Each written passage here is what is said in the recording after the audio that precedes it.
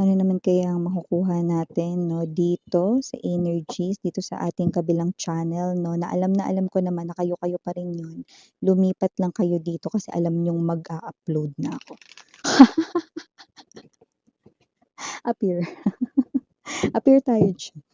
So, alamin natin 'no, kung ano yung makukuha nating situations dito, ayan 'no. So, I hope maka-resonate ka, sweetheart, ayan.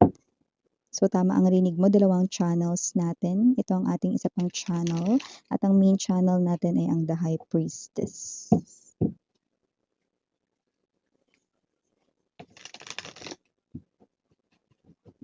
Okay, thank you Archangel Michael, Guardian Angels.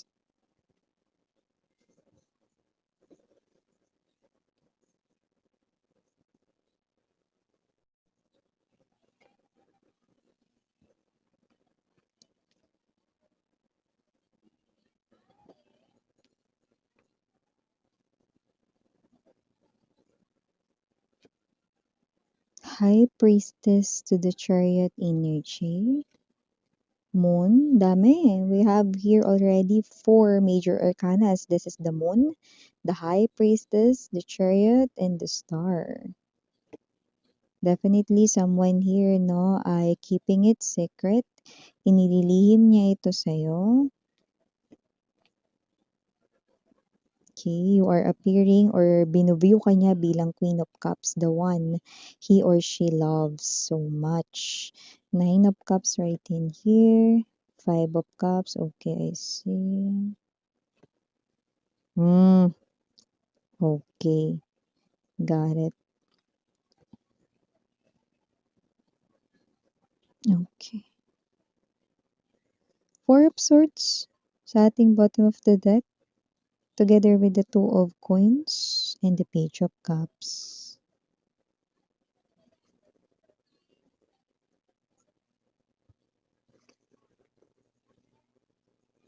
Kung sino man tong energy na 'to 'no, nakikita ko dito mga babes that this person right in here 'no, ay definitely someone 'no, that with the Moon and the High Priestess present right in here, inililihim niya ito. Inililihim niya ang alinmis yan 'no.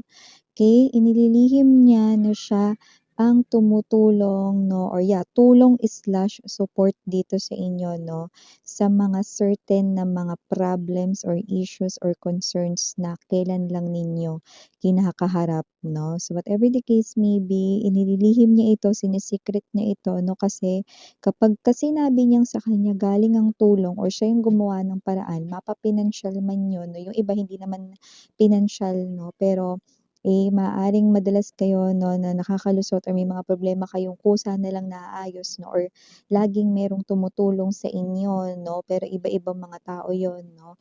Puwedeng yun yung mga friends ninyo 'no, pero sa likod nun, walang ibang tumutulong sa inyo 'no, kundi itong si Boy Iyak.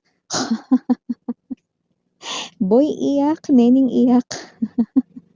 5 of Cups, ayan. So, whatever the case may be, no, itong person na 'to with the 5 of Cups energy, siya yung klase ng energy rito, no, na hindi magawang makalapit sa inyo. No, nakagawa kasi siya rito, no, ng bagay na kahihiyan. 10 of Swords energy, no, at ito ay ang kanyang list, no, that he or she can do for you, no, the list ang pinaka-puwede niyang magawa for you guys 'no, to still show you that he or she loves you 'no, sa ganitong paraan man lang niya, maipakita rito 'no na, you know, mahal ka niya rito at hindi naman niya rito planong linisin yung kasalanan niya kasi hindi naman niya rito pinapaalam na sa kanya nanggagaling yung tulong. Pero siya ay literal 'no, na updated tungkol sa'yo. Alam niya kung ano yung kinakaharap mong mga problema 'no. So, ang taong ito sa totoo lang, okay, nakita ko na nag-build kayo ng isang pundasyon na akala mo kay tibay or matibay, pero hindi mo alam bakit yun nasira, nawasak. So, ang betrayal ay puwedeng kahit na ano, puwedeng yan ay involvement ng third party interference, puwede rin yung, third party na yun ay tao talaga 'no, third woman 'no, or other woman, I mean, or other man, no? So, ganong klase ng energy, no? And this person here, no, nakikita ko na gusto niya rito makabawi sa'yo, no? Pero parang alam niya na hindi mo na siya rito tatanggapin at lalong hindi mo tatanggapin yung tulong pag galing sa kanya. Pero patuloy niya pa rin 'tong ginagawa. Okay, nakikita ko rito na kumo-connect siya sa iba't ibang tao na nasa paligid mo at yun yung parang nagpapakita na lumalapit sa'yo at tumutulong sa'yo. Pero yung totoo, no, yung nasa likod nun ay ang iyong ex, no? Ang ex mo na punong-puno ng guilty. Sinisikreto niya ito, no? Bagay na kanyang ginagawa ay kanyang sinisikreto mula sa'yo. Okay? Kasi alam niyang hindi mo tatanggapin yung tulong. No? Ginagawa niya yan hindi para linisin yung kasalanan niya or para makapasok siya sa langit pag natsugi na siya. Hindi ganon. Okay, ginagawa niya yan kasi para sa taong minamahal niya. Late niya na-realize, oo, yun ang kanyang kaob-oban. Baliktarin niyo na lang yung ob-ob mga babes, no? Okay? Kasi baka ma-restrict tayo sa YT pag binasa natin yan, no, sa tamang way. So, kung sino man 'tong energy na ito, no, nakikita ko rito na nakikita niya yung kanyang sarili na nakagawa ng very foolish act dati at yun nga yun, no, kay sa taong kanyang minamahal, no. Ngayon, no, this person here ay tuloy-tuloy na tinutulungan kayo rito. Actually, dinadasal niya nga na wag niyong malaman na sa kanya nanggagaling yung tulong, no. So, whatever the case may be, kunwari last time nagkaroon ka ng problema sa money, no, and ikaw ito na may friend ka rito, no, na nagkusang nagbigay ng tulong, no. Kasi yung nasa likod nun, no, yung friend mo hindi niya pera yun. Kasi nakita ko rito kung energy mo 'to, yung mga friend mo mga babes 'no, parang wala ka talagang nautangan sa mga 'yan. Parang lalapit ka palang lagi nilang sinasabi na, "Naku kailangan ko rin mare," or "Naku kailangan ko rin pray," gano'n 'di ba?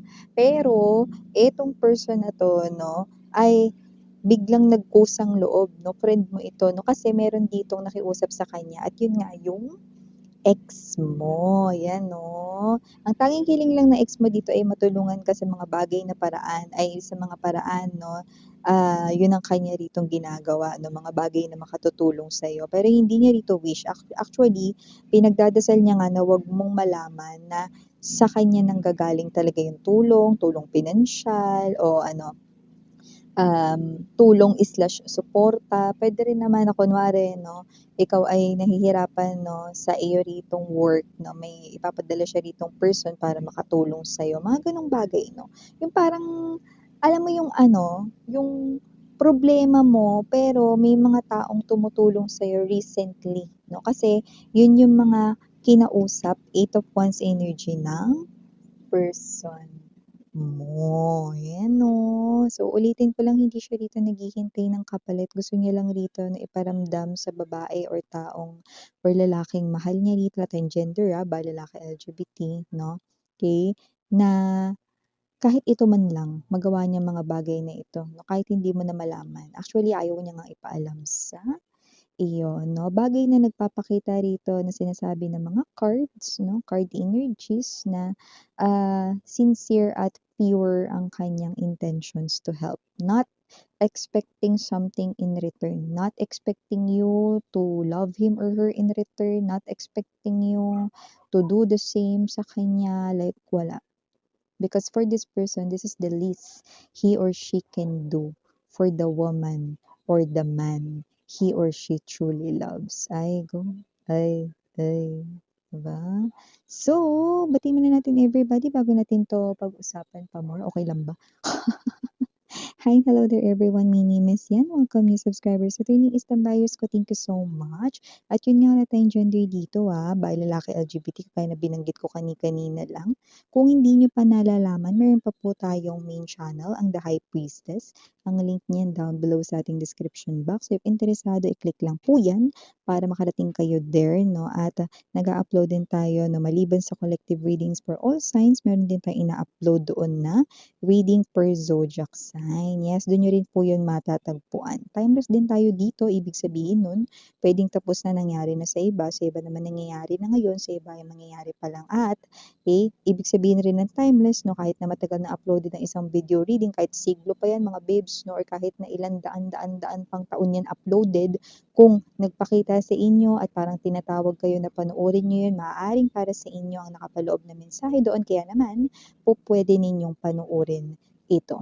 Pero siyempre dahil collective readings ito, napiliin lamang yung mga mensahe na kumo-connect at nagre-resonate sa'yo at iwanan naman ang ibang mensahe kasi baka yun ay para sa iba naman nating viewers. Okay, so yun nga. Okay, pag-usapan na natin 'to, 'no? So with the High Priestess right in here and the very strong moon, inililihim niya rito 'no, na ang ginagawa niyang pagtulong 'no, ano man ito mapa-pinansiyal man 'yan 'no or, sa problema mo 'no, nitong nakaraan siya ang taong nasa likod niyan. Si-secret niya lang 'yan dito forever and ever, okey? At ang taong ito ay patuloy rito 'no, araw-araw halos lagi siyang may balita sa'yo. In other words, hindi siya rito nakaka-move on sa'yo dahil hindi naman niya ginagawang mag-move on. Okay, super guilty siya, yes, with the Five of Cups energy sa kanyang nagawa ritong betrayal, Ten of Swords energy. Kaya kung sino man 'tong energy na 'to 'no, nakikita ko naman na lubusan at taos-puso ang kanyang pagsisisi.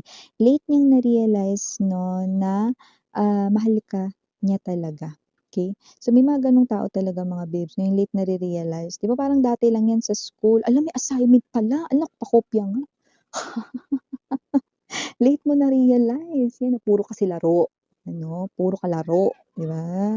So whatever the case may be, late niya na-realize rito 'no, na mahal ka niya, ayan 'no. Kaya ito na lang yung bagay rito 'no, na puwede niyang magawa 'no, para sa'yo. So kung sino man 'tong energy na 'to na tanging hiling lamang niya with the Nine of Cups energy 'no, ay ang makatulong 'no, at totoo talaga na kasi 'di ba may mga iba 'no, na, "O sabihin mo kay collective ako yung tumulong sa kanya para bumango yung pangalan ko."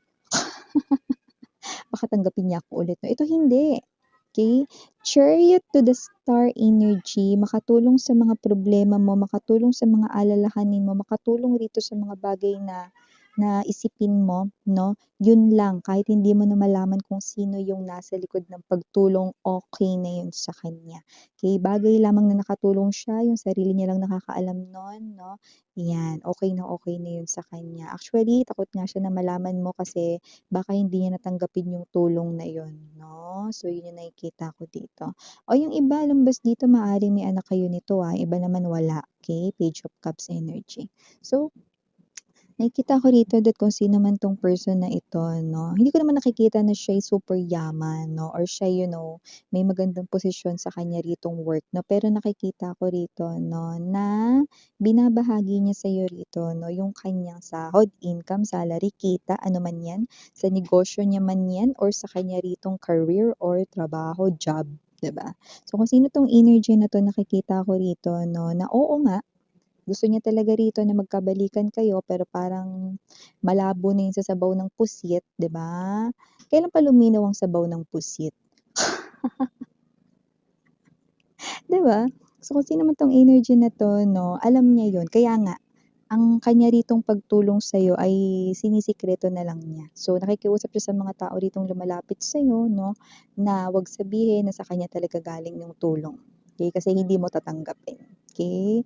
So whatever the case may be, nakikita ko rito 'no, na nasasaktan siya kasi ang talagang gusto niya rito 'no ay, makasama kayo, na siya talaga mismo yung makalapit sa'yo 'no, ta's siya yung wala sa tabi mo 'no, 'yan. Kasi kung siya mismo yung lalapit sa'yo ang nasa isip niya with the Two of Coins energy na mas lalo lang bibigat ang problema mo.